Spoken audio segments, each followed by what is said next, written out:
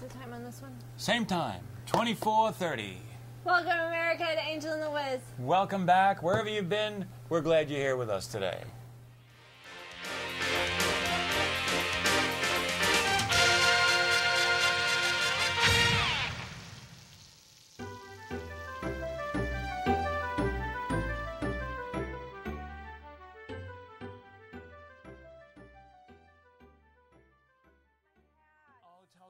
Good, sure, by all means. So, the Wiz got me for Christmas this giant cat bed. Oh, yes. It's massive, huge. And I have a lot of cat beds in my house anyway. I have this cat, Manny, who loves sleeping on soft stuff. Okay. And he'll just walk around the house and he'll spend an hour in this bed, and then he'll get up and he'll go spend an hour in that bed. Oh, cool. But lately, what I did is I put your bed, this big one, in the living room, and there's usually no cat things in the living room. But I like the way it looked in the living room, so I put it in the living room. I come in every day, Manny's laying in this bed. Oh, that's every cool. day. Loves it. Very cool. Loves it. I'll pull a picture and we'll show Manny in bed. Yeah, How about the cat tree? How's that doing? Manny likes the cat tree too. Manny's got a limp leg, and Okay. so he can't jump up on everything. But I put another stool type Right. To help cat him. tree, Right. so he jumps on that, and then he jumps onto the tree. And any he of the sleeps- other he cats sleeps using in it? there. Yeah, they do. They hide in the tunnel. They don't go to the very, very top. I Okay. think that they're still getting used to it. Right. Excuse me. Yes, ma'am. But they play in the tunnel. They're definitely scratching on the rope thing on this scratching post. So good deal. Yeah, and they like to lay on the thing. And I had no heat for a couple days. You kidding? I'm not joking. I live in Florida, so people are like, "What do you need heat for?" But there are a couple of times a year, usually about a month out of the year, where at night it gets cold. chilly at night. Yeah. And you have to have the heat on, or else you're going to wake up and everything's going to be frozen. Well, I had no heat for 2 days. Wow. When they installed my new AC and furnace, they installed a double heating something in the furnace. Right.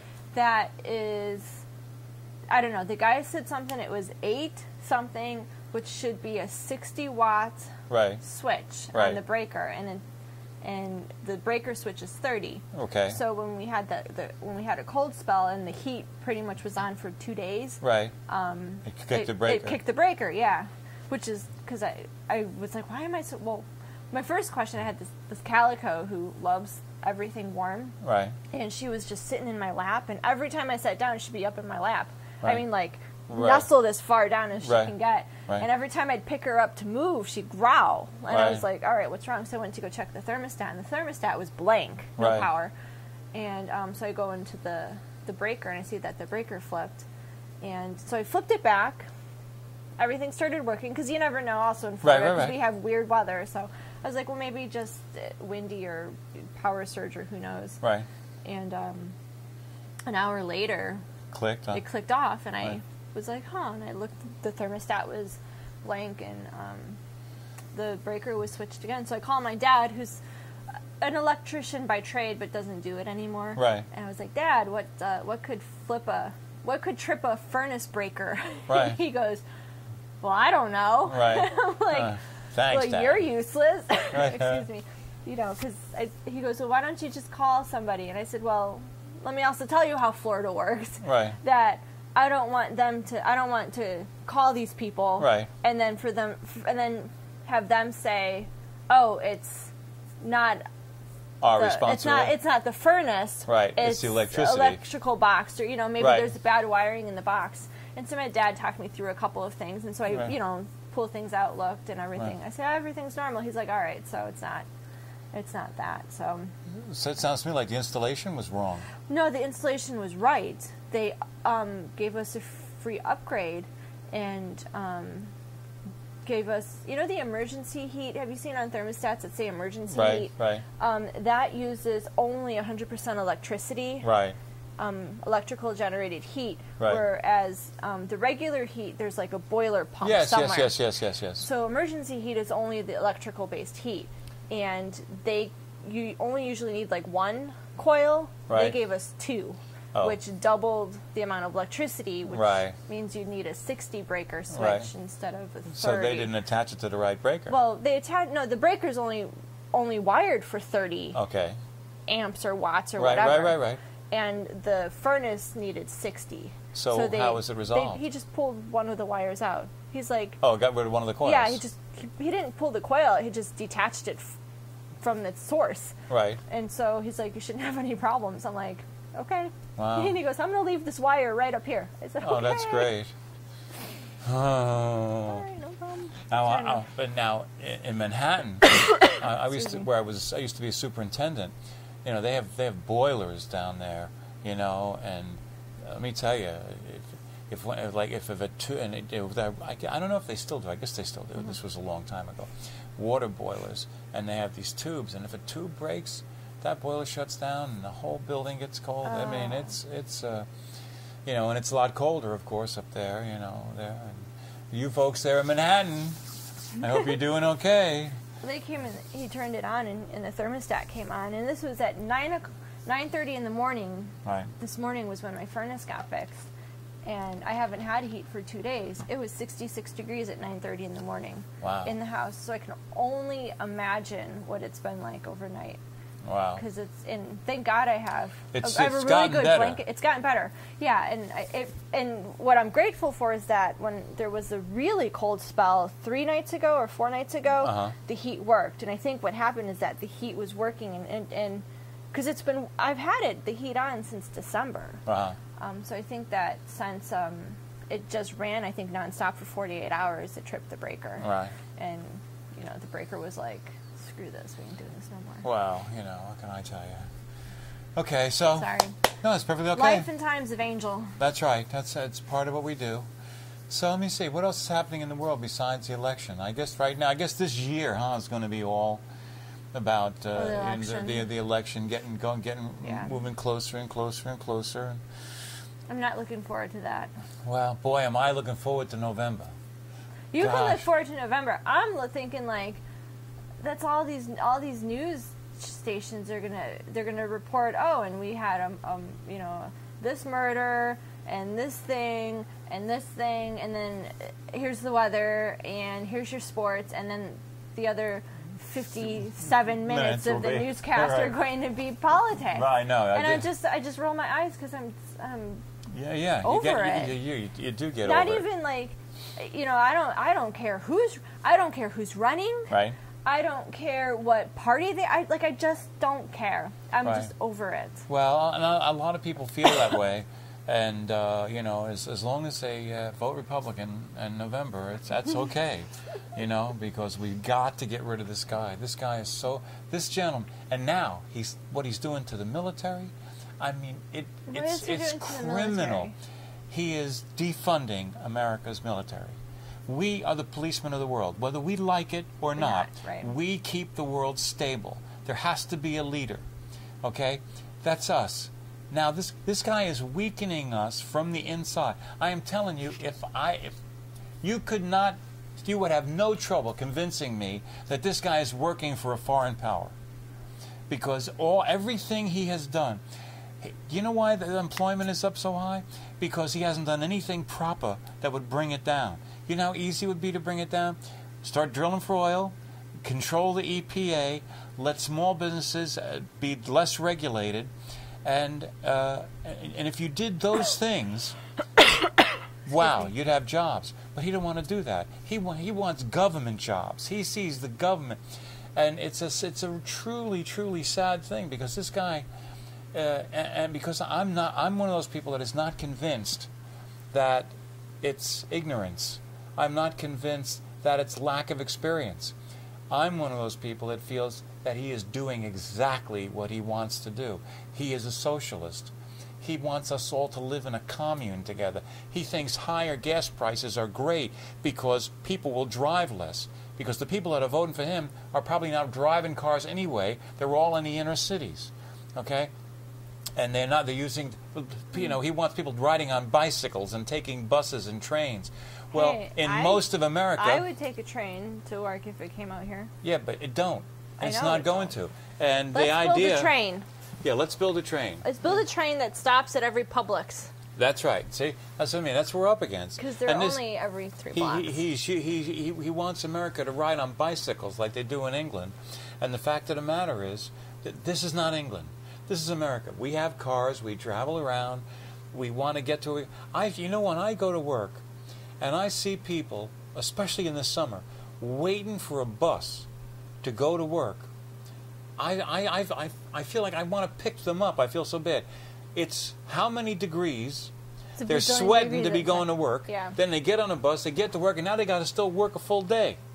Do you know what I mean? It's a hideous thing, and I feel bad for the folks that have to go through that. And you know, I mean, and when you've got, this is the first president in my lifetime who doesn't like America. I had a student come up to me the other day, and they handed me this survey, and they're like, "Can you take this survey for me?" And they had a list of like 15 presidents, and they're like, "Just, you know, rank them 1 through 5, and then that's it. You don't have to do all of them, just 1 through 5." And I'm like, okay. Right. Obama wasn't on there. I'm surprised. And neither was, it only went up to Clinton. Clinton was the last one that was on there.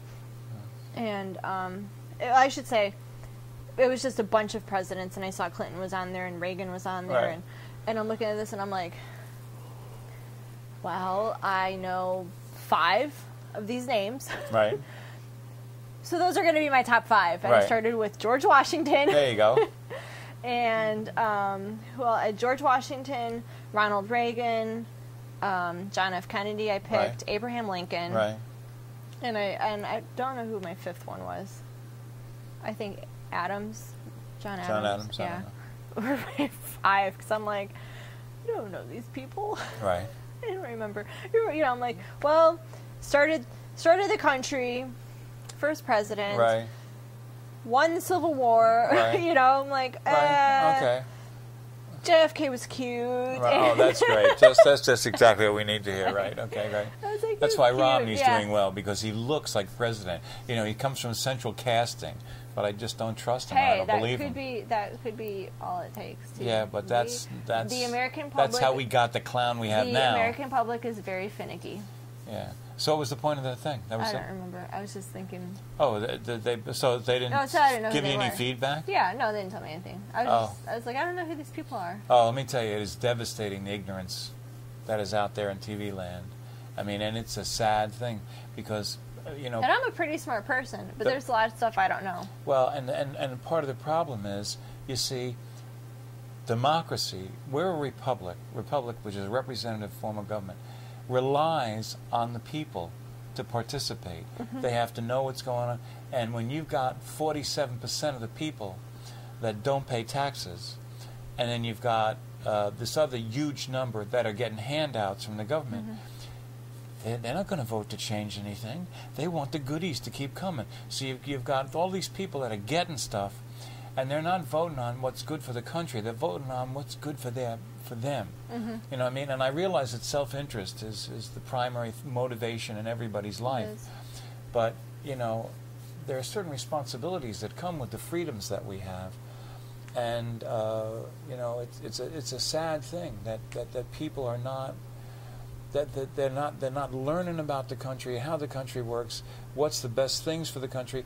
And, again, we have the lamest bunch of Republicans out there, and let me tell you something. I'm rooting for them. I want a conservative. I don't care whether it's a Democrat or a Republican.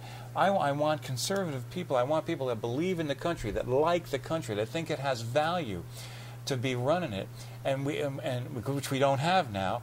And I watch these Republicans listen to lie after lie after lie, and they never go back on television and repudiate the lies and take issue with the lies. That's the only reason Newt Gingrich did so well in the debates, because when somebody would ask him a question that had a bad premise, he would say, no, wait, I don't accept your premise that you're basing the question on. You know, I mean, and that's, you know, that's kind of, just as a footnote, we're going to close the show with a song tonight. It's the same song you heard last week, but it's done with 2 guitars. And I'm just telling you that like a little tease, so, you know, you watch to the end. La-di-da-di-da. So anyway, but anyway, so there's going to be a lot of politics and all other nonsense. But, and although the comedy Saturday Night Live will have some good sketches, though, and it's because they do well with those. Yeah, there's the pinnacle of television, Saturday Night Live. Yeah. But we won't go into that because I have my own personal issues to this day with Saturday Night Live. But we won't go there. And then we got a while back, Iran put their little boats out in there's a place called the Straits of Hormuz that the oil has to travel through. Okay, that they send it out. Now, we have enough oil and enough shale and enough natural gas not to need anybody anywhere.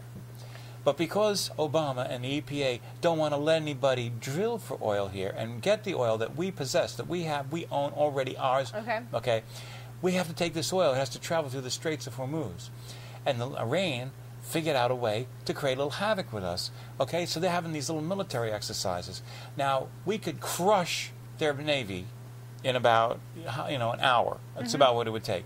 But they're out causing all this and what they're doing is they're driving up the price of oil by threatening. We had an aircraft carrier that was in there for a while, and it left. And when it left, this guy, I'm a jerk, or whatever his name is, that guy, he says, and don't come back. You better not come back. Now, let me tell you something. If I had been the president and he had said that, I would have radioed that boat right there, right down, to turn right around and go right back in there right now. Let's find out. Okay? Let's show the world what a POS he is. Okay?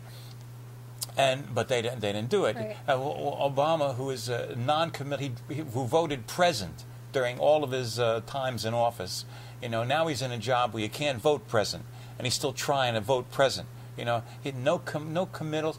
He pulled us out of it. We were winning in Iran, everything else. He pulls us out of Iran. He's trying to pull us out of every place. And the first thing that's going to happen is Iran is going to come in, take our place, and all the people, all the treasure, and all the dying and pain and suffering that our guys went through is all just going to be washed away because we got a guy in office that doesn't know anything about what he's doing. And this is a heck of a place to it's not on-job training when you're president of the United States. Okay, so it reminds me of what you said though with the guy saying "and don't come back." Yeah. That's such a juvenile thing to say. I mean, like, because you see that all the time in the schools. Really? Like, there'll be a fight, and the deans come, break out the fight, and they're separating the kids, and the kids are like, "Well, I'm going to get you. I'll get you in the office," and we're like, no, you're not. Right. Because you're going to be under 24-hour adult supervision until your parents come to take you away. Like, that kind of thing. So, you kick the kid out of class, and the kid's like, well, I don't want to be here anyway, because they just want to get the last word. And you're like, shut up, go, get out of class. That's what it sounds like, is that he was like, and don't come back saying the last word. Well, not responding, I think, is... cause that's what I have to tell my teachers to do. When the kid does that, they want the response. Right. They don't care what your response is. They want the attention from you, and they want the response. Right. What you need to do is not give it to them. You've passed off the issue, and it's done. Right. And I think that, not knowing the whole situation, but that, kind of comment and don't come back type thing. Right. Well, Obama had the right response. You want to start a fight, that I'm not going to start it. Well, I mean... Because that's what it sounds like he wanted to do. Yeah, but see, what happens is I don't know the whole story, though, because like I said, I got my news from Facebook. And the problem is, on the world stage, all he has to... He's doing what he needs to do to drive the price of oil up. Who, Iran or Obama? No, Iran. Okay. Okay? And by not putting the lid right on him, the world gets nervous. Because he's making a threat. And it's driving up the cost of oil. I don't want to pay $4 for gasoline. Okay? I mean, that's completely and entirely out of line. And the only reason we're going through this is because we got a guy in the White House that will not let us process our own oil. You know what I mean? And it's such ignorance. And this pipeline that we want to bring down from Canada, he's not sure if he wants... This guy is in bed with the environment. See, for those of you that don't understand parties, let me just take a quick second to explain them to you. The Republican Party is based on a lot of people that believe the same thing. The Democratic Party is a collection of groups that have their own particular ideology that have gotten together so that they can have strength in numbers. So that over here, in one party, you've got people that all kind of believe the same thing. We believe in this. This is what we want. We're together because we believe in it. Over here, I've got environmentalists and I've got union guys. Environmentalists don't want you to do anything. Union guys want jobs. Well, Obama's trying to appeal to both of them because he wants donations from both of them. So the union guys want the pipeline to be built from Canada down here, bringing us oil. The environmentalists, they don't want anything done anywhere. They don't want the earth touched anymore. Great. They send them all someplace else. We'd be better off with them. Because, and it's, I don't mean it quite the way it sounds, but the fact of the matter is the environmentalists did a lot of good things for this country. Cleaned up the air, cleaned up the water, made people aware of everything else. Now, their time has passed. We got the message. We're doing it. But there are certain trade-offs. There's certain things you got to have. You got to put up. It's not just what you want. You know, because there's a spotted owl in a tree doesn't mean you can't sell any property for 100 miles. But that's what these people believe. I mean, the snail darter, it might be extinct someday. Whoa. Okay? I mean, it's just too much. Sorry, go on. I'm changing the topic. Go ahead. So again, on CNN, when I was watching today, they had they're going over some strange cases that are going on in the world. Right. And in Florida, I think, or someplace. Someplace in the South. Someplace, this woman was with her daughter, child, 3-month-old daughter. Someone was trying to break into her house. Yeah. So she calls 911. Right. They break in. While she's on the phone with 911, she's asked them. She's like, "I have a gun. What can I use it?" And the 911 operator said, "Do what you need to do to protect yourself and your your daughter, your child." Right. And so they break through the door. She shoots the first guy that walks in. Right. He's dead. Dead. He's rightfully dead. You idiot. He broke in. He broke in. His partner, who was also trying to break in but didn't walk through the door first, which is why he's still alive, right. Ran to the police, saying, "Oh my God, this lady shot my friend." Right. Well, duh, she shot your friend because the two of you were trying to break into the house. Right. His partner right. is being charged with the murder. Yes. Oh, that's great. There is a law. Right. And it's called no, it's not standard. I don't know, but there's a law that's like felony murder law. Right. So if a murder takes place, right. while you are committing a felony, right, everybody's guilty. Everybody's guilty. Right. So normally, what happens is the person that's murdered is usually the victim. Right. Right. So that's why 5 people go into a house, rob a house, the victim dies, all 5 are charged for murder. Right. Well, in this case, the victim of the murder. Right. Is not the victim of which the felony is being taken against. Right. So the homeowner, the woman who lost her husband to cancer as well. Right. I think about a month earlier. Yeah, the funeral was a little while, very recent, right? Yeah. So she's not going to be charged with anything. And that's great. And she that was so great. She's on the phone saying, now you got to be very careful because not all states have that law, but I believe Florida does. In some states. You have to go to the farthest place in your house. In other words, in most cases, the bedroom is the furthest place from the front door. So let's say somebody's breaking into the front door, and you have a weapon. You have to go to the farthest room, lock that door if you can, and be in there to really be on firm ground to use if you want to use deadly force. Now, and I hope that none of you have to do this, but the fact of the matter is. And there's another one, and this one was in Florida, was this little kid who was bullied and bullied and bullied, stabbed his bully to death.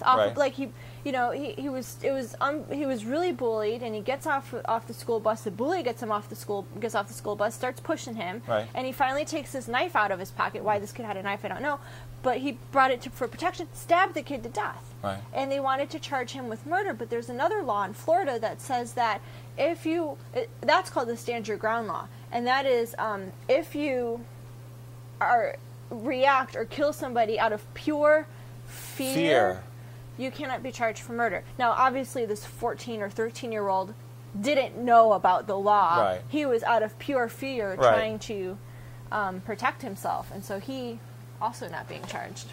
Well, on this happy note, Ha! Maybe you won't get charged either.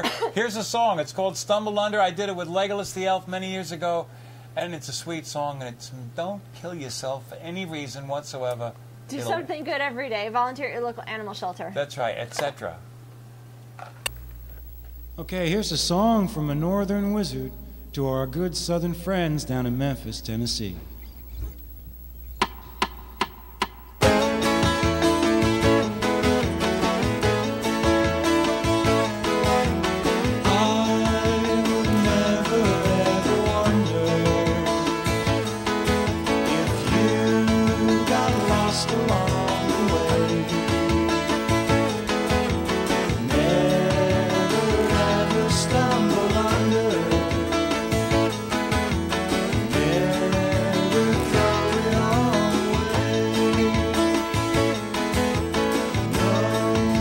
Says it will